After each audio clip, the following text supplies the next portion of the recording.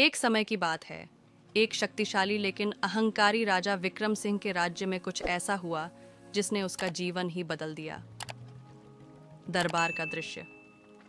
राजा सोने के सिंहासन पर बैठा है। सैनिक और मंत्री आसपास खड़े हैं।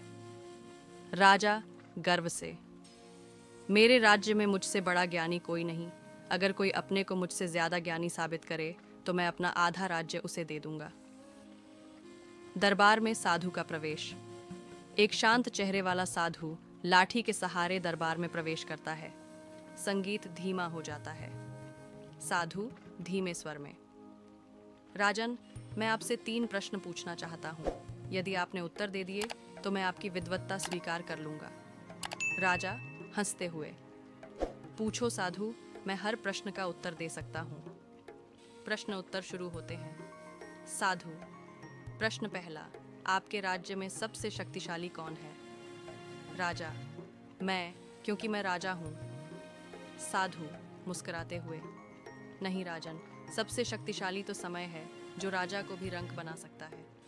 साधु, प्रश्न दूसरा, सबसे मूल्यवान वस्तु क्या है? राजा थोड़ा गंभीर होकर, सोना, हीरा, जवाहरात। साधु, नहीं राजन, सबसे कीमती है विश्वास, जो एक बार टूट जाए तो फिर कभी नहीं जुड़ता। प्रश्न तीसरा, संसार में सबसे बड़ा अंधा कौन है?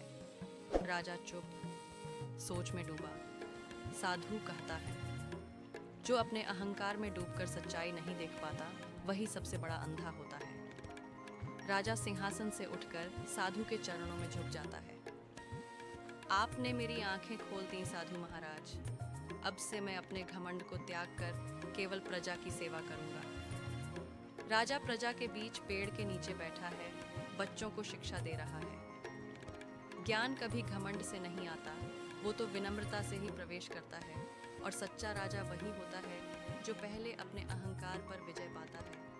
सीख, विनम्रता और सच्चाई ही सच्चे नेतृत्व। अगर कहानी ने दिल छू लिया हो तो एक प्यारा सा लाइक ज़रूर करें।